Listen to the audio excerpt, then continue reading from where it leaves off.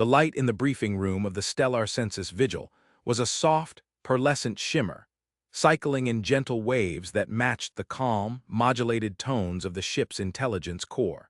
It was a light designed for contemplation, for the serene digestion of data. Yet, for the three beings gathered around the central projection, the atmosphere was anything but serene.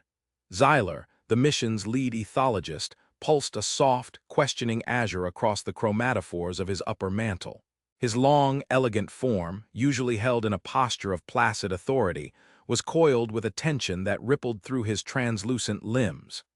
"The discrepancy remains unresolved," he stated, his voice a series of perfectly pitched chimes.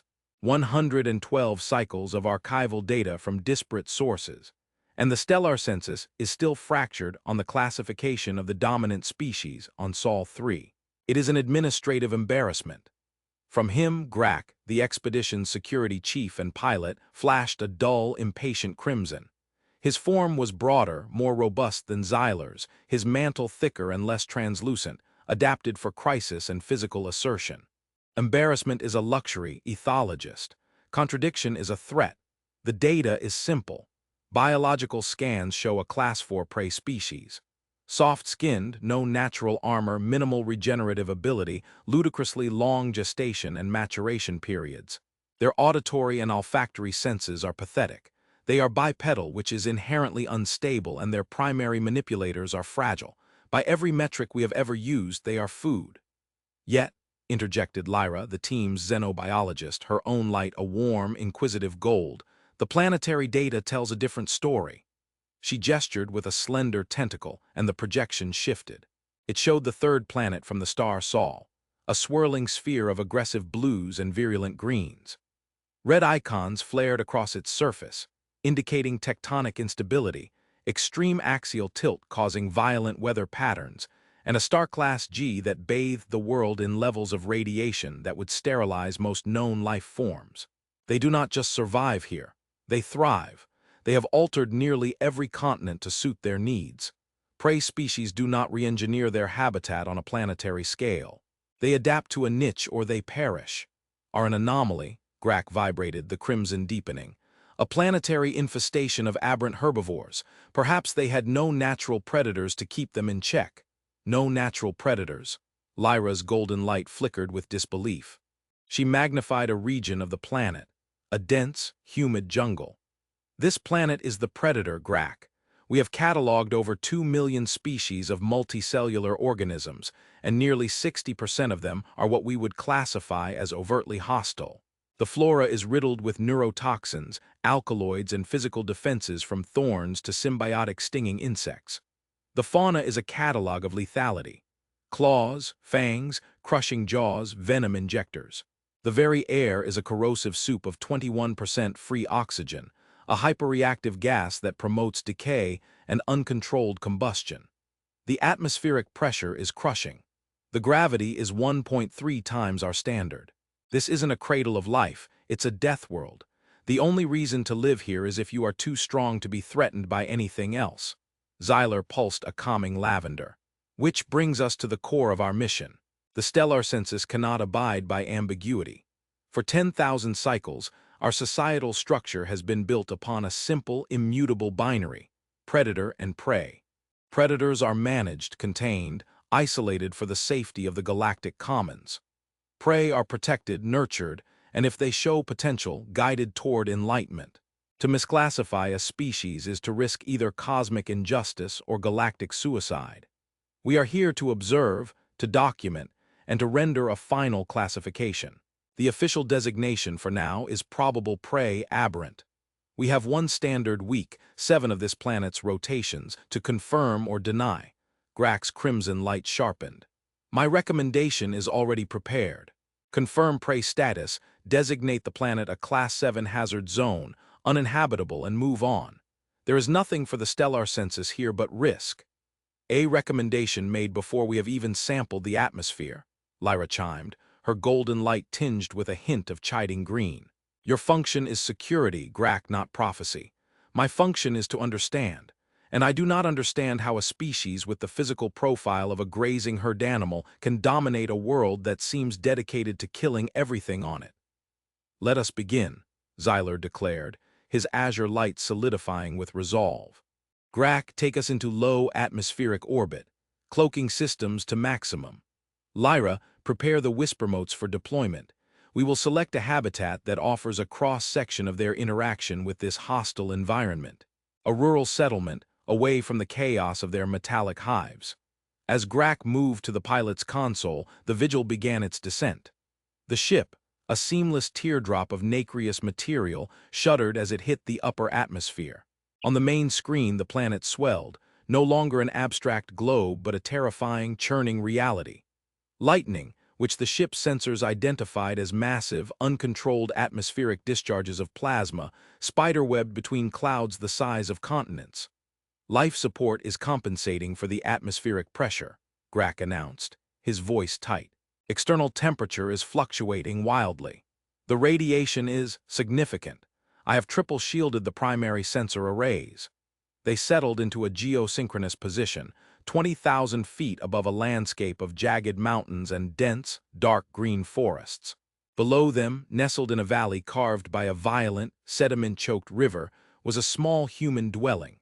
A structure of processed wood and fragile silicate panes, surrounded by a patch of cleared land. It looked impossibly flimsy. Target selected, Xyler chimed. An isolated family unit, one adult female, one juvenile male, minimal external technology. This will give us a pure behavioral sample. Lyra guided a swarm of 1,000 microscopic drones, the whisper motes, out of the ship's deployment bay. They drifted down like pollen, invisible to the naked eye, settling on leaves, windowpanes, and fence posts. Instantly, the briefing room was filled with the sensory data of Earth. The sounds were the first assault. A chaotic cacophony of wind whistling through trees, the chirping of 1,000 different insects, the distant cry of an avian hunter, the rush of the river.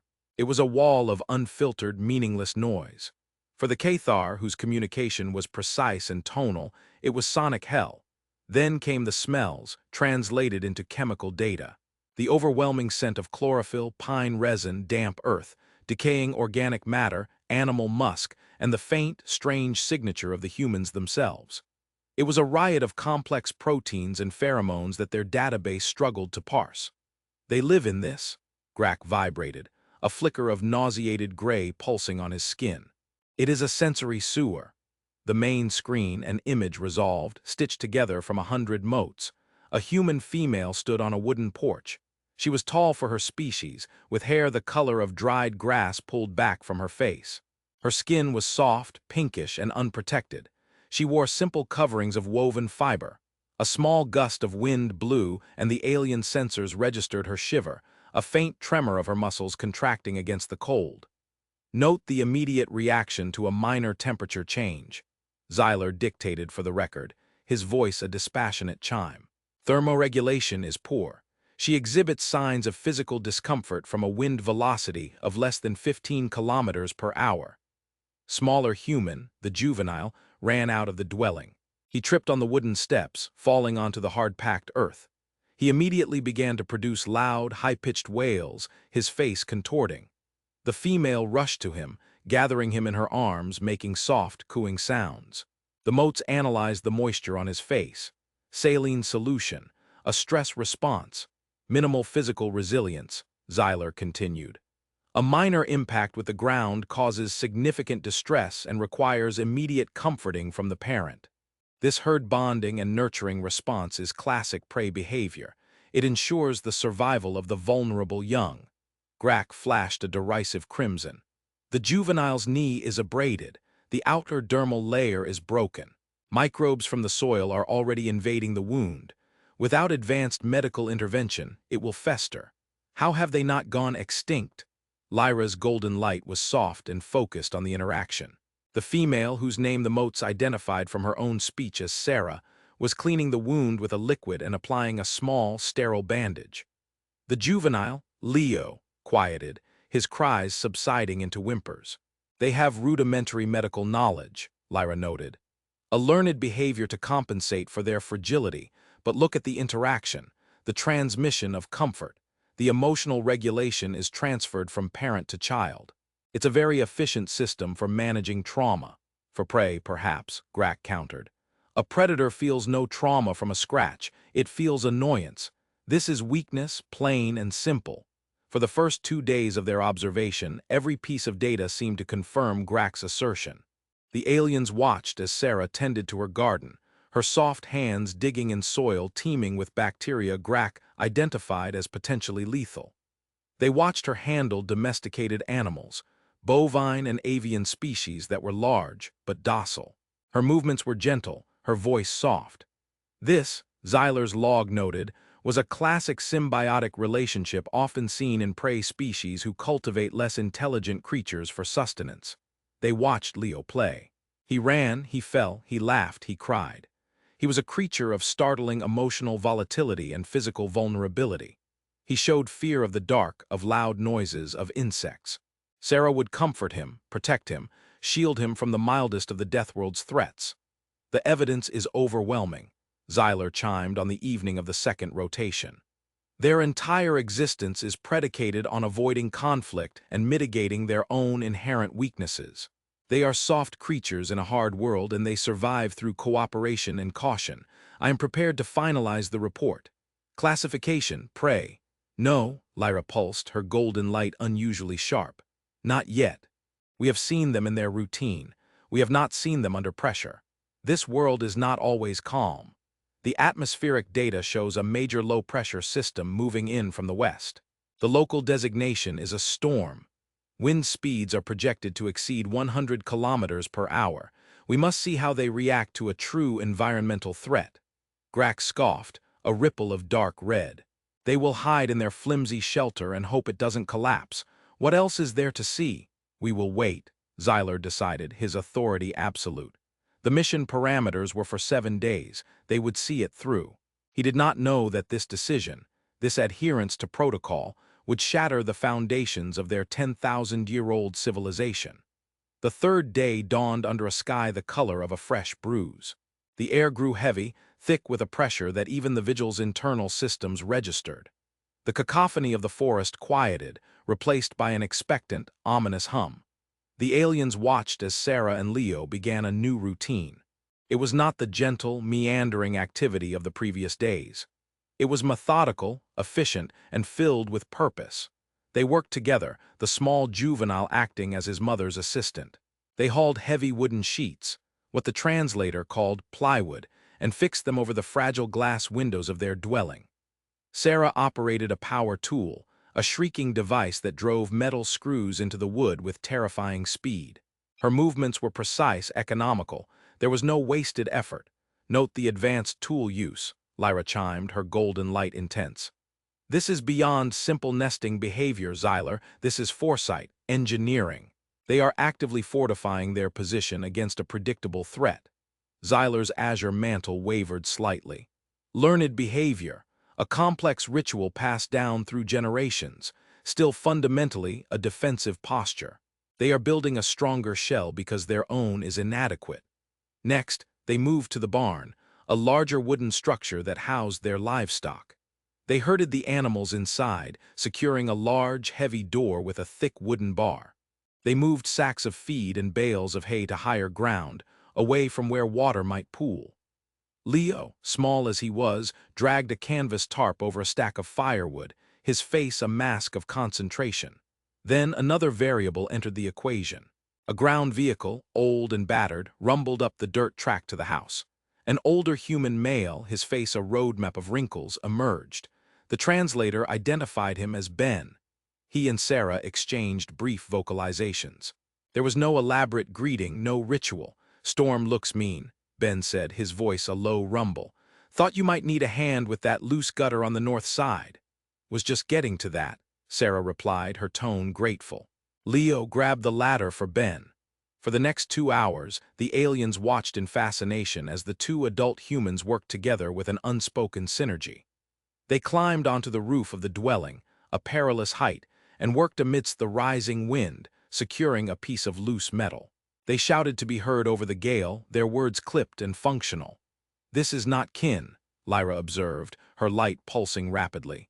The genetic markers are entirely dissimilar, yet they cooperate as if they were a single unit. There is no bartering, no explicit exchange of resources for services. The older male is expending significant energy and taking on personal risk for the benefit of the female and her offspring. Altruism, Xyler mused, the term feeling alien and strange in his own thoughts. A rare trait, usually confined to hive intelligences. In individualistic species, it is often a precursor to a sacrificial defense.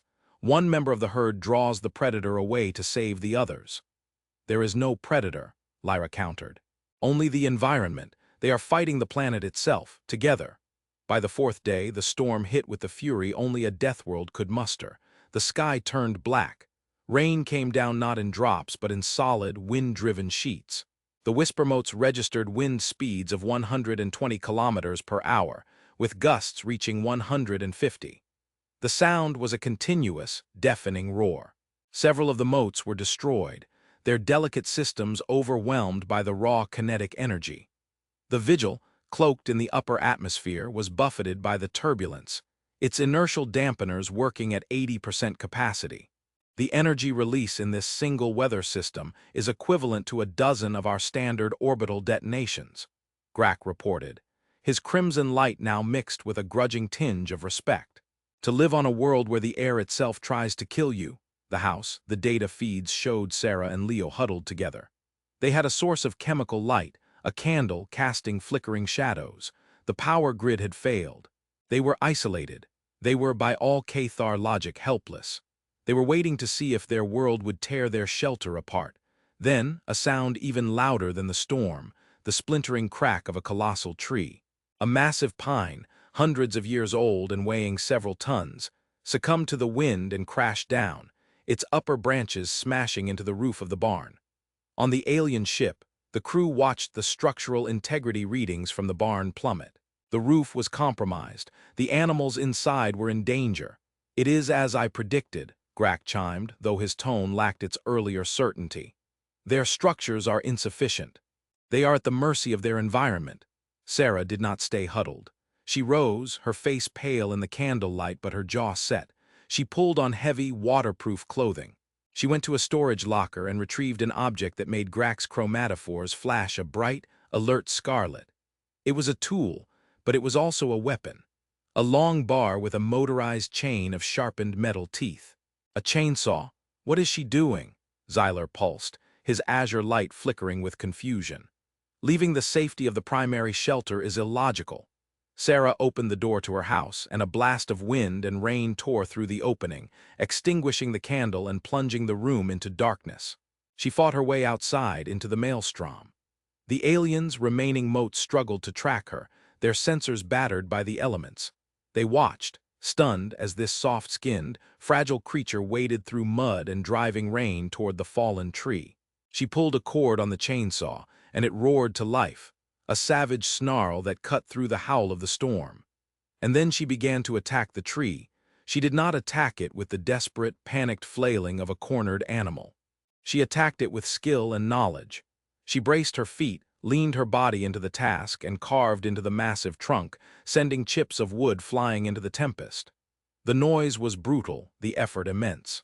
The motes registered her heart rate at nearly 200 beats per minute, her muscles straining to the point of tearing. "This is not prey behavior," Lyra whispered, her golden light a dim, awestruck glow. "Prey do not confront a force of this magnitude. They hide, they flee. She is actively fighting back against the catastrophe." Grack was silent. He was watching the chainsaw, a tool designed to dismantle the very fabric of the planet's flora, a weapon of defiance. He watched as Sarah, drenched and shivering but resolute, cut away the branches that threatened to bring the rest of the barn roof down. It took her nearly an hour. When she was done, she did not retreat back to the house. She went into the damaged barn, calmed the terrified animals, and effected a temporary repair on the roof with a tarp and some rope. Only then, exhausted and trembling, did she return to her dwelling and her child. The aliens watched as she collapsed onto the floor, her body shaking with cold and adrenaline. Leo wrapped a blanket around her. They did not speak. There was nothing to say. On the bridge of the vigil, a new kind of silence had fallen. The certainty was gone, replaced by a profound and unsettling doubt. Her fear was quantifiable, Xyler finally chimed, his tone analytical but his azure light unsteady. Her physical stress levels were critical. By all rights, she should have abandoned the task. Yet she persisted. She endured the fear and the pain, and she imposed her will upon the environment. Protected her herd, Grack offered, but the words sounded hollow now. He was trying to fit an explosive new piece of data into an old, brittle container. No, Lyra corrected softly. She protected her dominion. The house, the barn, the animals, the child. It is all part of a territory she has claimed from this violent world. And she defended it. Not as a mouse defends its nest, but as a predator defends its hunting ground. The storm finally broke on the 5th day, leaving a world scoured and battered in its wake. The sky was a brilliant, indifferent blue. The damage to Sarah's property was extensive. The fallen tree, the damaged barn, a washed-out section of the dirt road. For the next 2 days, the aliens watched a new phase of human behavior. Recovery Ben returned, as did another neighbor, a woman named Maria. They brought food. They brought tools. They did not speak of payment or obligation. They simply worked. Together, the 3 humans dismantled the massive tree, cutting it into firewood. They repaired the barn roof properly. They shoveled mud and debris. It was a slow, arduous process, driven by a quiet, shared resilience. Leo helped too. He carried tools, fetched water, and did whatever small tasks he could. The aliens watched him, observing the adults. His brain, they realized, not just learning tasks, but absorbing a philosophy of persistence. Their social cohesion is their greatest asset, Xyler logged, his reevaluation of the species now in full swing. It allows them to overcome their individual physical limitations. They form a superorganism when faced with a threat. But the question remains, is this the behavior of highly advanced prey or something else entirely? The answer came on the 7th and final day. The storm had disrupted the entire local ecosystem. Food was scarce. Predators were bolder, pushed out of their normal territories. The vigil's sensors, sweeping the surrounding forest, detected a new presence. A large feline, designated by their database as Puma concolor. A native apex predator. It was lean, hungry, and moving with the silent, patient grace of a killer. Its target, the human settlement. Now we will see, Grack pulsed, his crimson light sharp and focused. The test is pure. A known predator against our subject. All the tools and cooperation will mean nothing against fangs and claws in a surprise attack. The mountain lion crept through the undergrowth, its movements a masterpiece of stealth. It watched the house for over an hour, its yellow eyes missing nothing. It saw the fragile adults, the even more fragile child. It identified its target. Leo had wandered away from the house, chasing a colorful butterfly near the edge of the woods, his back to the tree line. The predator coiled its muscles, preparing to launch. On the ship, the aliens watched, their internal systems running cold with anticipation. This was the moment of truth that would define humanity for the stellar census. The attack was a silent, fluid explosion of motion. The cat burst from the trees, covering the 50 feet to the boy in a matter of seconds. Sarah was on the porch, hanging laundry on a line. She turned at the last possible moment, perhaps catching a flicker of movement or a sound her conscious mind hadn't even registered. Her head snapped toward her son. Her eyes widened. The aliens saw it all through the microscopic eyes of the whispermotes. They saw her pupils dilate. They saw her central nervous system flood with adrenaline. They saw her threat assessment protocols fire in a microsecond. And then they witnessed a transformation so profound it defied every biological law they knew.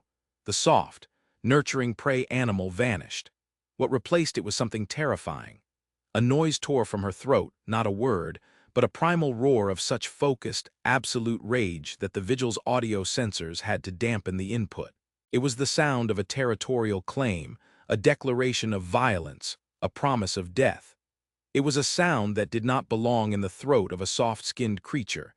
She did not run away from the predator. She did not even run to shield her child. She ran at the mountain lion. Impossible, Grack vibrated, his light flickering between red and a shocked, pale white. She is moving toward the threat. It violates every prey instinct. Sarah's body, which they had catalogued as fragile and unstable, moved with a desperate, terrifying grace. She snatched up a heavy piece of firewood from the pile they had cut days before. She didn't slow down. She closed the distance to the 150-pound predator in a heartbeat. The mountain lion, momentarily startled by the screaming, unpredicted assault, swatted at Leo. Its claws caught his shoulder, tearing fabric and flesh. The boy screamed in pain and terror. That sound fueled the fire. Sarah, now between her son and the cat, swung the log with all the force of her adrenaline-charged body. The wood connected with the side of the predator's head with a sickening crack. The cat staggered, shaking its head, dazed and confused. This was not the expected reaction from a food animal. It hissed, baring fangs designed to snap spines, and lunged at Sarah. What followed was not a clean fight. It was a chaotic, brutal whirlwind of desperation and will. The cat's claws tore at her arms and legs, ripping through her flimsy skin. The motes registered blood loss, tissue damage, shock, but she did not fall. She did not retreat. She screamed and fought and battered the predator with the log, with her fists, with her feet. She was no longer a being of logic or fear. She was an avatar of pure, ferocious defiance. She was protecting her young. The mountain lion, a creature that had never known its chosen prey to fight back with such suicidal fury, hesitated. It had sustained a blow to the head and was now facing a creature that was bleeding, wounded, and yet somehow becoming more dangerous. This was a calculation it could not solve. With a final, frustrated snarl, it disengaged, melting back into the forest from which it came. Sarah stood, gasping for breath, bleeding from a dozen wounds, her body trembling uncontrollably. She dropped the log and scrambled to her son, pulling him into her arms, checking his wound, murmuring words of comfort that were choked with her own sobs. She was hurt. She was terrified, and she had won. She had faced down a superior predator and driven it away through sheer, indomitable will. On the bridge of the vigil, there was absolute silence. The gentle, cycling lights of the room seemed to have frozen. Xyler, Lyra, and Grak were motionless, their own chromatophores cycling through a chaotic, unreadable storm of colors. They had just witnessed the impossible. They had come to classify a species and had instead had their entire worldview dismantled. The silence aboard the stellar census vigil stretched for an eternity. The only sound was the faint hum of the ship's life support, a stark contrast to the storm of revelation that had just passed through the minds of its crew. The image on the main screen remained frozen. The bleeding female, clinging to her injured offspring, her body shaking with the aftermath of a conflict that should have been her end. Grak was the first to regain control of his chromospeech, his usual crimson flashing a pale, sickly violet. It was a maternal defense imperative, an outlier, a statistical anomaly triggered by the threat to its young. The physical damage it sustained was critical. It is still, structurally, a weak organism. He was reciting dogma, clinging to the wreckage of his certainty. Lyra turned her entire form toward him, her golden light blazing with an intensity Grak had never seen. "Did you not see it, Grak? Did your threat analysis filters blind you to the truth? It was not an imperative. It was a choice." In that moment, she was not a prey animal defending her young. She became the more dangerous predator. She did not use speed or stealth. She used rage. She used will. She projected an intent so violent that the actual apex predator, the one with the biological weapons, decided it was no longer the apex. It was a battle of concepts, and she won. Xyler finally moved.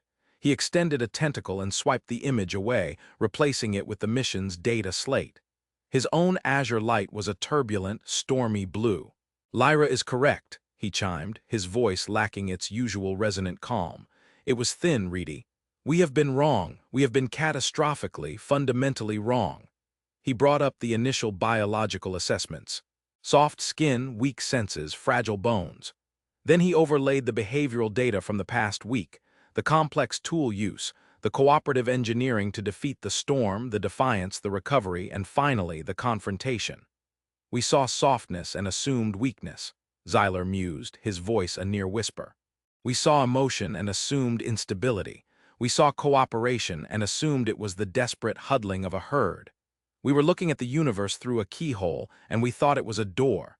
He gestured to the blank data slate. We define a predator by its inherent traits. Fangs, claws, armor, venom, speed. These are the tools of evolution honed over millions of years. We never conceived that the primary weapon of a species could be abstract. Will, Lyra supplied, her light softening to a warm, contemplative gold. The ability to consciously override every instinct for self-preservation. The capacity to endure fear and pain not just to survive, but to dominate a situation. That woman was terrified. We saw the physiological markers. But her will to protect her son was a stronger force than her fear of death. What is a claw compared to that? Grack's light shifted from violet to a deep, contemplative gray. The pilot, the pragmatist, was rerunning the engagement in his mind, not as a biologist, but as a security officer. Her attack was tactically insane, a frontal assault on a superior opponent. It should have failed, but it didn't, Xyler countered. Because the opponent was operating on predictable, instinctual logic. It expected fear, flight, submission. It did not expect berserker fury from a creature it had marked as food. The human introduced a variable the predator's mind could not compute: illogical, self-destructive aggression. She weaponized her own potential death. The three Cathar floated in the silent room, the implications washing over them in slow, crushing waves. Their entire understanding of life, the binary that had structured their galactic society for millennia, was a flawed, primitive concept. Their fragility, Lyra began, her thoughts taking a new direction. It's not a weakness. It's the engine of their advancement. Because they are soft, they must build shelters. Because they are slow, they must build vehicles. Because they are weak, they must build weapons. Their physical inadequacy is the evolutionary pressure that drives their intellect, their creativity, their cooperation. Cathar with a broken limb regenerates it in a cycle, Xyler added. A human with a broken limb invents medicine, surgery, prosthetics. One is a solution for an individual. The other is a solution for the entire species, a ratchet of progress that can never be undone. Their weakness forces them to become strong in ways we cannot measure. He brought up the audio recording of Sarah sobbing as she held her child after the attack. The translator had struggled with the sounds, labeling them grief, sorrow, relief. We named this planet the classification of sorrow in our mission logs, Xyler said. We saw their emotional volatility, their capacity for sadness, and we cataloged it as another prey characteristic, the anguish of the hunted. But we were wrong. It is not the sorrow of the weak. It is the sorrow that comes from love, from empathy. It is the pain she felt because her child was in pain, and it was that very empathy that fueled her rage. It is the source of her strength, not her weakness. They are strong because they feel sorrow. The mission was over. The classification had been made, but it was not one that would fit into any existing field in the Stellar Census database. Xyler floated to the command console and opened a new file, the final report that would be sent back to the heart of their civilization. He looked at the standard classification options, predator, prey. With a deliberate, steady movement, he deleted them both. He began to dictate, his voice now firm, imbued with the weight of his discovery. Mission log, Stellar Census Vigil. Subject, dominant species of Sol 3, self-designated humans. Initial classification, probable prey, aberrant, is rescinded. Final classification follows. He paused, gathering his thoughts. Lyra and Grack drew closer, their lights a unified, expectant white. Category, paradox. Level, apex. Not through physical prowess, but through persistence and conceptual adaptability. They are a species of endurance predators who have turned their focus from hunting animals to hunting solutions. They hunt knowledge. They hunt the future. Weaponry, conceptual. The ability to weaponize abstract thought, including but not limited to engineering, social cohesion, and raw will. Their capacity for self-destructive defense makes them unpredictable in any conflict analysis. Structure. Cooperative competitive cascade. Individuals compete for status and resources, but will coalesce into a formidable superorganism when faced with an external existential threat. Their altruism is not random, but a strategic tool for species-level survival. Note on psychology. The species is driven by a powerful emotional duality. Their capacity for empathy and love is the source of their cooperative strength. This same capacity is also the fuel for their potential for extreme violence when what they value is threatened. They fight hardest when they have the most to lose. He paused again, the weight of the final recommendation settling upon him. This was the part that would send shockwaves through the stellar census. Recommendation. A new classification must be created. I propose sentient singularity. Their potential for both creation and destruction is, from our perspective, unbounded. They appear to be at an inflection point in their development. They have harnessed the atom but still kill each other over territory and belief. They compose symphonies while poisoning their own biosphere. They are a species at war with its own nature, and it is a war they may win or lose. And if they win, their ascent will be exponential. Directive to stellar census, caution. Do not engage, do not provoke. Do not offer aid and do not present a threat. Observe from maximum distance. We have misjudged them by applying our own biological and social metrics. To view them as either predator or prey is to fundamentally misunderstand them. They are not defined by what they are, but by what they can choose to become. And we have absolutely no way of predicting that choice. Finish the dictation. The report was sent, a pulse of data streaking away from the Deathworld, carrying a truth that would shatter 10,000 years of galactic peace and order. Take us out of orbit, Grak, Xyler chimed softly.